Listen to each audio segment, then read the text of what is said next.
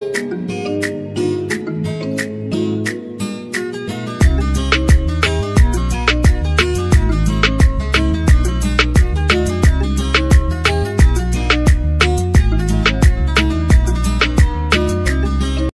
Welcome to astro console. आजकेर विषय कर्कट राशि राशिफल जुलाई 2024। जुलाई मासटा कर्कट राशिर जन्य एकटू अन्य रकमेर, एकटू भिन्न स्वादेर। केन ना जुलाइয়ের द्वितीयार्ध श्रावण मास पड़े। तो श्रावण मास शिवेर मास, भोलेनाथेर मास। केन केन এই কথা বলছি, কারণ कर्कट राशिर अधिपति चंद्र एवं तार इष्ट देवता भोलेनाथ এবং তার সঙ্গে যে গভীর সম্পর্ক আছে, নিকট সম্পর্ক আছে, এবং কর্কট রাশির সমস্ত জাতক জাতিকারা এটা বোঝে যে তার সঙ্গে মানে ভোলেনাথের সঙ্গে এদের কি সম্পর্ক, বলে দিতে হয় না, তারা সবটাই জানে। এতটাই তাদের মনে ভক্তির উদয় হয়, তার নাম শুনলে অনেকের চোখে জল পড়ে যায়, অটোমেটিক পড়ে যায়। এতটা গভীর সম্পর্ক এই ভগবান শিবের সঙ্গে কর্কট রাশির জাতক জাতিকাদের, যেন নাম শুনলেই চোখে জল পড়ে যায়, ভোলেনাথ বললেই গদগদ হয়ে যায়। কারণ এই একটি রাশি আছে যা ভগবানের অতি প্রিয় রাশি, তাই এর অধিপতি দেবকে মাথায় করে রাখে, চন্দ্রদেবকে মাথায় করে রাখে। আর চন্দ্রের জাতক জাতিকা তোমরা ভোলেনাথের মাথায় থাকার যোগ্যতা নিয়ে জন্মেছ। একটু অত্যুক্তি করিনি, একটিও অতিশয় উক্তিও করিনি, কারণ আমরা স্বতন্ত্র আত্মা, আমরা সেই শিবেরই অংশ সবাই, বিশেষ করে কর্কট রাশির জাতক হলে তারই অংশ। সেখান থেকেই সবাই আসি আমরা, এবং সেখানেই লয় হয়ে যাওয়াটা আমাদের লক্ষ্য। এই রকম একটা রাশি জাতক জাতিকারা যখন শিবের নাম শোনে তখন ভক্তিতে গদগদ হয়ে যায়, আবেগে গদগদ হয়ে যায়, চোখের জল তাদের বাঁধ মানে না। যেন মনে হয় যেন কোনো একটা ওই আগের জন্মে কোনো ওই ধাম থেকে হয়তো কেউ এসেছে, তার বাড়ি থেকে ফিরে এসেছে, এখানে ভুল করে চলে এসেছে।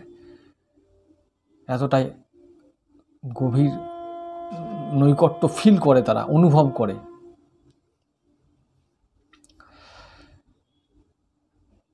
স্বতন্ত্র আত্মা হওয়া মানে হলো, বা মানুষ রূপে জন্ম নেওয়া মানে হলো ঈশ্বরকে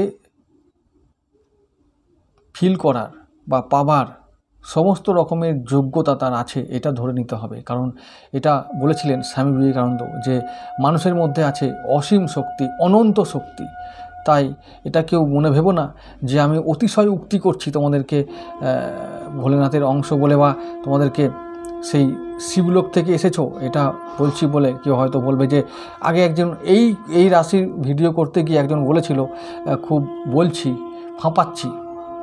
যারা ফাঁপাচ্ছি বলছো বা ভাবছো তাদের সদ্বুদ্ধি দেখ ঈশ্বর, এটাই আমি বলবো, এটাই প্রার্থনা করব, তাদেরকে ঈশ্বর সদ্বুদ্ধি দেখ, এটা আমি চাই। বাকি যারা আমার কথা বুঝছো, অনুভব করছো, মনে রাখবে তাদের সঙ্গে সর্বদা ঈশ্বর আছে। তাই তোমরা এই অনুভূতিগুলো, এই ফিল করছো, অনুভব করছো, আমার কথাগুলো বুঝতে পারছো। যাদের মধ্যে সংস্কার বাই ডিফল্ট আছে, যাদের মধ্যে আধ্যাত্ম বাই ডিফল্ট আছে, তারা কখনো এসব আজে বাজে কথা ভাবেও না, বলা তো দূরের কথা। এবং কর্কট রাশির জাতক জাতিকাদের মধ্যে এরকম গুণ বাই ডিফল্ট একদম ইনপুট করা থাকে। আধ্যাত্ম, শিবতত্ত্ব, মহাসাগরের মতো রহস্য, মহাসাগরের মতো রহস্যময় যাদের হৃদয়, যাদের এত বড় যাদের হৃদয়, উদার যাদের মন, তাদের মধ্যে অনেক রহস্য, অনেক মণিমুক্ত লুকিয়ে থাকে তাদের হৃদয়ের মধ্যে। এই মণিমুক্ত, এই রহস্যের উন্মোচন করতে গিয়ে আশেপাশের মানুষেরা সারা জীবন লাগিয়ে দেয়, বুঝতেই পারে না কি মানুষেরা, কোন ধাঁচে তৈরি। আর তোমরা কেউ ফাঁস করে মন্তব্য করে ফেলছো আমি নাকি বানাচ্ছি, ভাবাচ্ছি, ফাঁপাচ্ছি।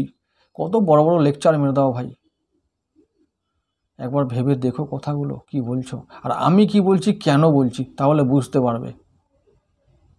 কর্কট রাশির মানুষের তো এত চিন্তা শক্তি, গভীরভাবে ভাবতে পারে, খুব কম রাশির মানুষেরা এরকম আছে। মহাকালের মহাব্রহ্মাণ্ডের হৃদয় চতুর্থ ভাব কর্কট রাশি, চর রাশি মহাসাগর বলে কল্পনা করা হয়, ব্রহ্মাণ্ডের হৃদয় বলে কল্পনা করা হয়। যে ব্রহ্মাণ্ডের কোনো তল অতল নেই, যার কোনো হদিশ আদি অন্ত নেই, তার হৃদয়, তারই বা কি আদি অন্ত পাবে? কেই বা পেয়েছে? সেই রাশির জাতক জাতিকা তোমরা এরকম খুব মামুলি তোমরা নও।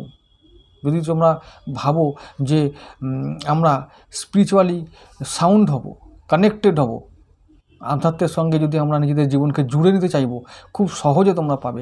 ঈশ্বর দর্শন করতে চাইব, তাহলে তোমরা খুব সহজেই পেতে পারো, তোমরাই পারো। যাই হোক, আমি আজকে রাশিফল বলবো। রাশিফলের ভিডিও জুলাই মাসের কথা বলতে গিয়ে, শ্রাবণ মাসের কথা বলতে গিয়ে এতগুলো কথা বলতে হলো। শ্রাবণ মাস তোমাদের ইষ্ট দেবতার মাস, পালন করো যেমন করে পারো, যেভাবে পারো, মন যেভাবে চাইবে। কোনো নিয়ম বিধি নেই, ইষ্টকে পাওয়ার জন্য কোনো নিয়ম বিধি নেই, যেমন করে পারো, কষ্ট দিয়ে নয় বা কষ্ট পেয়ে নয়। ইষ্টের জন্য কষ্ট করতে হয় অন্য জায়গায়, ইষ্টের নির্দেশ পেলে, এখন নয়। এখন শুধু ভক্তি করো। ভক্তি মার্গ অনন্ত মার্গ, দারুণ মার্গ, শুদ্ধ মার্গ। কলিযুগে ভক্তি মার্গই শ্রেষ্ঠ মার্গ। তো যাই হোক, এবার আসছি রাশিফলে। কর্কট রাশি প্রথম দিনই আমি 1 জুলাই যে গোচর আমি পাচ্ছি সেটা হলো তোমাদের একাদশভাবে দেবগুরু বৃহস্পতি আগে থেকেই বিরাজ করছেন। চন্দ্র মঙ্গল তোমাদের দশমভাবে বিরাজ করছেন। নবমভাবে রাহু, তোমাদের অষ্টমে শনি কণ্টক হয়ে বসে আছেন, বক্রী হয়ে আছেন তিনি এখন। তারপর তোমাদের দ্বাদশে রবি শুক্র, লগ্নে বুধ, চ্যালেঞ্জিং সময়। 1 থেকে 6 তারিখ পর্যন্ত সময়টা চ্যালেঞ্জিং। তারপরে আবার লগ্নে 6 জুলাই পর থেকে শুক্রদেব চলে আসবে, মানে কর্কট রাশিতে বুধ শুক্র লক্ষ্মী যোগ তৈরি করবে। লগ্নে যদি এরকম শুভ যোগ তৈরি হয় তাহলে ওটা থাকবে 6 জুলাই থেকে নিয়ে একেবারে 20 জুলাই পর্যন্ত বা 19 জুলাই পর্যন্ত, মোট 13 দিন। তো 13 দিনের যে লক্ষ্মী যোগ, ওই 13 দিনে তোমাদের অনেক কিছু শুভ ঘটনা ঘটবে তোমাদের জীবনে বুধ ও শুক্রের কারণে। কীরকম সেটাই আমি বিস্তারিত বলছি। 15 জুলাই আবার একটু চেঞ্জ হবে, রবি তোমাদের দ্বাদশে থাকবে। আবার শুধু 16 জুলাই বলবো, 16 জুলাই রবি আবার চলে আসবে তোমাদের লগ্নভাবে বা রাশিতে। রবি শুক্র একসঙ্গে দারিদ্র দোষ তৈরি করবে। যাই হোক, আবার 30 জুলাই একসঙ্গে রবি শুক্র থাকার পরেও বুধ চলে যাবে তোমাদের দ্বিতীয়ভাবে। কিছু চেঞ্জ হবে বুধের জন্য আর শুক্রের জন্য আর একটু রবির জন্য। তো এই চেঞ্জগুলো মাইনর চেঞ্জ বলা চলে, কারণ এরা ফাস্ট মুভিং প্ল্যানেট, এরা চেঞ্জ করতে করতে বা গোচর করতে করতে যাবেন, সমস্ত রাশিগুলো চেঞ্জ করে। তো যেটা মেজর ব্যাপার সেগুলো আমি বলছি প্রথমে, তারপর মাইনরগুলো বলবো। আমি লগ্ন থেকে শুরু করব একেবারে দ্বাদশ ভাব পর্যন্ত। রাশি ফলের ভিডিও তো একটু বড় হয়, যাদের হাতে সময় আছে তারা একটু সময় নিয়ে ধৈর্য ধরে দেখো, আশা করি ভালো লাগবে। অন্যান্য ভিডিও বা অন্যান্য চ্যানেলে যারা ভিডিও বানায় তারা আমার থেকে হয়তো হাইফাই ভিডিও বানায়, অনেক উচ্চমানের ভিডিও বানায়। আমি খুব সিম্পল আর সাধারণভাবে বলার চেষ্টা করি। গ্রামের লোক ভাই, খুব জ্ঞেয় লোক, অল্প শিক্ষিত লোক, যা পারি তাই বলি, চেষ্টা করি ঠাকুর দেবতা নিয়ে থাকার এবং তাকে বোঝানোর, সেগুলোকে নিয়ে মানুষের মনে তাদেরকে যেন সেগুলোকে ছড়িয়ে দিতে পারি, এই সব লক্ষ্য নিয়ে বলার চেষ্টা করি। একটু ধীরে ধীরে শোনো, ভাল লাগবে। যাই হোক, তাহলে প্রথমে দেখছি যে 1 জুলাইটা থেকে 6 জুলাই, ওই যে বললাম ওই কটা দিন একটু সাবধানে থেকো। কী রকম ব্যাপার, কোন দিক থেকে সাবধান? দ্বাদশে দারিদ্র দোষ তৈরি হবে, চ্যালেঞ্জ বলতে ওইটুকু। তাহলে কি হচ্ছে, দ্বাদশ ভাবটা ব্যয় ভাব। আমি প্রথমে ব্যয়টা নিয়ে বললাম, তারপরে আয় নিয়ে বলবো, তারপরে একবার শুরু করব লগ্ন ভাব থেকে। আমার টাকা আসুক, শরীর খারাপ হোক, আমি এই মানুষ। আমার এইটাই নয় যে আবার শুধু টাকা চাই, আগে তো ভগবানকেই চাই, কিন্তু ভগবানকে পুজো দিতে গেলে কিছু বাতাসা কিনতে হবে, তো সেজন্য টাকাটা আগে চাই। আবার খুব বিপদ, এই যে টাকা না ভগবান, এই দোলাচলে মানুষ সারা জীবন ধরে ভেবে চলে, বুঝতেই পারে না কোনটা আগে দরকার। সেই মুরগি আর ডিমের মতন ব্যাপার, যে কোনটা আগে, মুরগি না ডিম, সেই টাকা না ভগবান, কোনটা দরকার মানুষ বুঝতেই পারে না, সারা জীবন চলে যায় ওইটা বুঝতে গিয়ে। যাই হোক, এইটা হলো আরেকটা ব্যাপার আমি যেটা বলছি। তাহলে আগে ব্যয় ভাবটা বলে নিই। রবি শুক্র একসঙ্গে দারিদ্র দোষ তৈরি করবে, তাই বলবো যে ব্যয় সংকোচন করতে হবে, কারণ ধনপতি যদি ব্যয়ভাবে থাকে তাহলে কিন্তু ব্যয় বাড়িয়ে দেয়, এটা খুব সমস্যা। তো যাই হোক, আবার বলছি আয় ভাবে গুরুদেব আছেন চন্দ্রের নক্ষত্রে, তোমাদের রাশিপতি বা লগ্নপতি নক্ষত্রে। তাহলে কি হবে, গুরু চাঁদের যে সংযোগ এইটা তৈরি হলে কি হবে, ইনকাম বাড়বে, ইনকামের সোর্স পাবে, ইনকাম করার জ্ঞান বুদ্ধি পাবে, জ্ঞান বুদ্ধি বিচার বুদ্ধি তৈরি হবে, ভালো হবে, খুব ভালো হবে।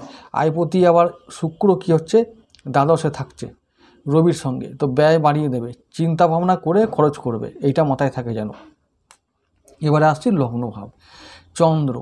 চন্দ্র দেখছি তোমাদের দশমভাবে আছে পয়লা জুলাই থেকে একেবারে 7ই জুলাই পর্যন্ত চন্দ্র একেবারে ওই কর্কট রাশি, তোমাদের রাশি মানে মেষ থেকে নিয়ে একবারে কর্কট রাশিতে গোচর করবে। তারপরে 7টা দিন আবার চন্দ্র ভালো থাকার দরুন চ্যালেঞ্জ থাকলেও তোমরা চ্যালেঞ্জটাকে উতরে দেবে। 1 তারিখ থেকে 7ই জুলাই যে সময়কালটা তোমাদের মধ্যে চ্যালেঞ্জ আসবে, কিন্তু চ্যালেঞ্জগুলো তোমরা সহজেই পার করতে পারবে, কারণ একাদশভাবে আবার ওই 2রা জুলাই গজকেশরী যোগ তৈরি হবে, বৃহস্পতি আর চন্দ্র একসঙ্গে থাকবে, দারুণ ব্যাপার। ওইখানে লক্ষ্মী যোগ আয়ভাবে, তো ইনকাম তো নিশ্চিত, অনেক ইনকাম হবে, আবার ব্যয়ও বাড়িয়ে দেবে, তো সাবধান, চিন্তাভাবনা করে একটু করো। আচ্ছা, তাহলে শরীর স্বাস্থ্য নিয়ে কোনো ব্যাপার নেই, কারণ ওই যে গুরুদেব আর চাঁদ একসঙ্গে থাকবে, তো শরীর নিয়ে কোনো চিন্তা নেই, একদম মনোবল তুঙ্গে থাকবে। মঙ্গল অলরেডি তো দশমভাবে সক্ষেত্রী হয়ে বলবান হয়ে বসে আছে, তো আত্মবিশ্বাস তুঙ্গে থাকবেই, এবং শরীর স্বাস্থ্য ভালো থাকবে। ধনপতি যেহেতু ব্যয় ঘরে বললাম, ধন একটু সঞ্চয় যা করেছিলে ব্যয় হতে পারে। দ্বিতীয়পতি বুধও থাকবে, ওই যে লগ্নে আছে, তাই প্রচেষ্টা চালাতে হবে, কারণ বাহুবলের দ্বারাই তোমাদের দুর্ভাগ্যকে জয় করার মতো চ্যালেঞ্জ বুধ এই 2 মাস এনে দেবে, এই বিশেষ করে জুলাই মাসটা। সাবধান, টাকা পয়সার ব্যাপারেই একটু সাবধান থাকতে হবে, একটু ক্রাইসিস দেখা দিতে পারে, তবে সেটা সাময়িক, ঘাবড়ালে চলবে না। শুক্র চতুর্থপতি থাকবে ওইদিকে, ওই দ্বাদশভাবে, তারপরে আবার লগ্নে আসবে কিছুদিন পর, ওই 6ই জুলাই পর থেকে। তাহলে কি হবে, প্রথম ওই 6 তারিখ ঘরের একটু অশান্তি হবে, ঘরের জন্য দূরে যেতে হতে পারে, ঘরের শান্তির জন্য বা ঘরোয়া কোনো কাজের জন্য বা নিজের পরিবারের কোনো কাজের জন্য যেতে হতে পারে, একটু দূরে, বাড়ি থেকে দূরে ভ্রমণ করতে হতে পারে, ভ্রমণ যোগ থাকতে পারে ওই সময়টা। তো পারিবারিক শান্তি একটু ব্যাহত হতে পারে, আয় ব্যয়ের মধ্যে নিয়ন্ত্রণ না হলেই কিন্তু পরিবারে অশান্তি দেখা দেবে, সাবধান থাকতে হবে এইসব ব্যাপারে। কিছু শৌখিন জিনিস কিনতে হতে পারে, বিলাসিতার জন্য কিছু খরচ হতে পারে, তো স্ত্রীর জন্য কিছু খরচ হতে পারে, এই সমস্ত ব্যাপারগুলো ঘটবে ওই সময়টা, বিশেষ করে 6ই জুলাই পর্যন্ত। তারপর 6ই জুলাই পর থেকে যখন লক্ষ্মী যোগ তৈরি হবে, ব্যাস ওই সমস্যাগুলো সব মিটে যাবে। তাহলে আবার শুক্রদেবকে নিয়ে শুধু এইটুকুর চিন্তার যে ব্যয়টাকে সংকোচন করতে হবে, আর বিলাসী বেশি হলে চলবে না, ভোগী হলেই কিন্তু এবারে খুব সমস্যা, খরচ বাড়িয়ে দেবে। এবার আসছি পঞ্চমপতি মঙ্গলদেবের কথায়, তিনি তো একবারে দশমভাবে আছেন, তো বিদ্যা, সন্তান, পড়াশোনা, কাজকর্ম দারুণ হবে, দারুণ। দশম ও পঞ্চমের কথাটা একেবারে বলে দিলাম, দারুণ হবে।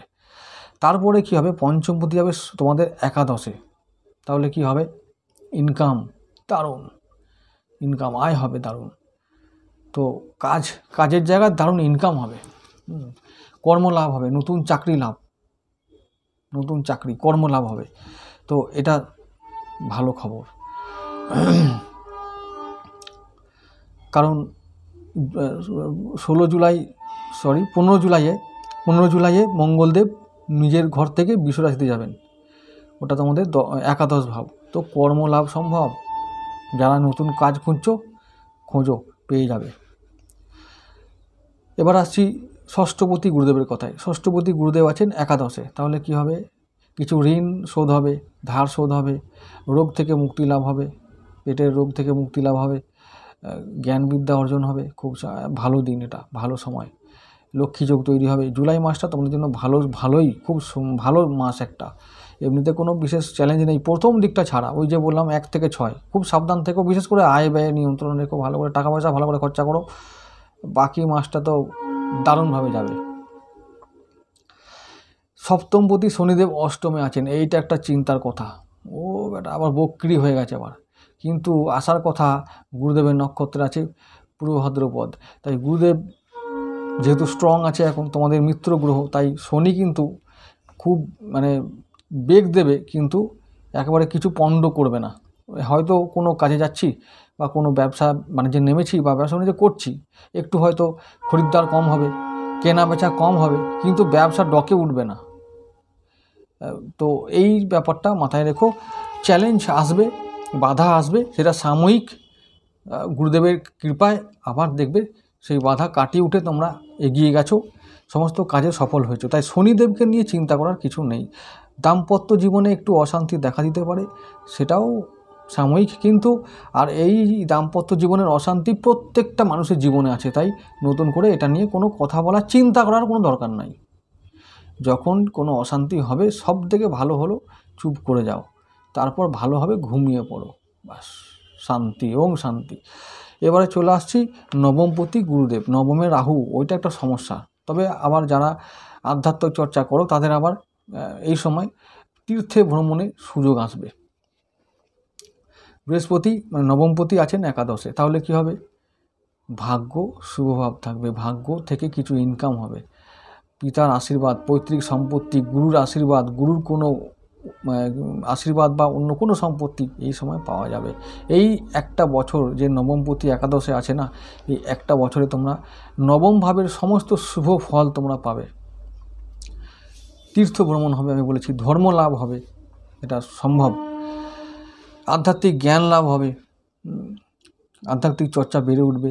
কর্কট রাশির জন্য এটা একটা শুভ সময়। নবমে রাহু পিতৃদোষ করছে, কিন্তু আবার বলবো ওই পিতৃদোষই আবার তোমাদেরকে এমন কিছু জায়গায় ঘুরিয়ে দেবে বা অভিজ্ঞতার সম্মুখীন করাবে, যেটা তোমাদেরকে আগামী দিনে অনেক শক্তি যোগাবে, অভিজ্ঞতা দেবে এবং বিশেষ করে মানসিক শক্তি ও আধ্যাত্মিক শক্তি দেবে। তো তারপরে আসছি, আমি দশমের পতির মঙ্গলদেবের কথা বলেছি, একাদশপতি শুক্রদেব তিনি ব্যয়ের ঘরে আছে, সেটাও বলেছি। সুতরাং সব দিক থেকে দেখতে গেলে আমি বলবো যে শনিকে বাদ দিয়ে সমস্ত গ্রহগুলোই তোমাদের মোটামুটি ফেভার করবে এই জুলাই মাসে। তো জুলাই মাস ভোলেনাথের মাস, জগন্নাথের মাস, দুটো নাথ একসঙ্গে আমাদের এই জুলাই মাসে এসে ধরা দেবেন, তাদেরকে ধরতে হবে। জগন্নাথ তো স্বয়ং কেউ বলে ভোলেনাথ, কেউ বলে জগন্নাথ, তো আমি একটাই বলি ভোলেনাথ আবার জগন্নাথ, দুটোই নাথ একই শরীরে আছেন। তো হরি আর হর একই আত্মা, সবাই জানো, তো বিভেদ করার কোনো দরকার নেই। আমি তাকে ভোলেনাথও বলি আবার জগন্নাথও বলি। যাই হোক, এটাই হলো আজকের রাশিফল। ভালো থেকো। কর্কট রাশি, কর্কট লগ্ন হলে অবশ্যই বলবো যে চন্দ্রের জন্য মুক্ত পড়তে হবে, এবং সবথেকে বড় প্রতিকার হলো তার ইষ্ট দেবতা এবং তার যে শক্তি, আদি শক্তি মা মহামায়া, এই দুজনের যদি কখনো আরাধনা করা যায় ভালোভাবে করতে হবে। এই একদিন করলাম, দুদিন বাদ দিলাম, এই সপ্তাহে করলাম, পরের সপ্তাহে করলাম না, সোমবারে করলাম, মঙ্গলবারে করলাম না, এইরকম আরাধনার কথা আমি কখনো বলি না, বলছিও না। মনের মধ্যে গেঁথে নিতে হবে, তা তোমাদের ইষ্ট দেবতা, তো সেরমভাবেই করতে হবে। ইষ্ট দেবতাকে যদি ইষ্ট ভাবা যায় তাহলে সমস্ত কষ্ট দূর হবে, এটা মনে রেখো। যাই হোক, আজকে এটুকু থাক। নমস্কার।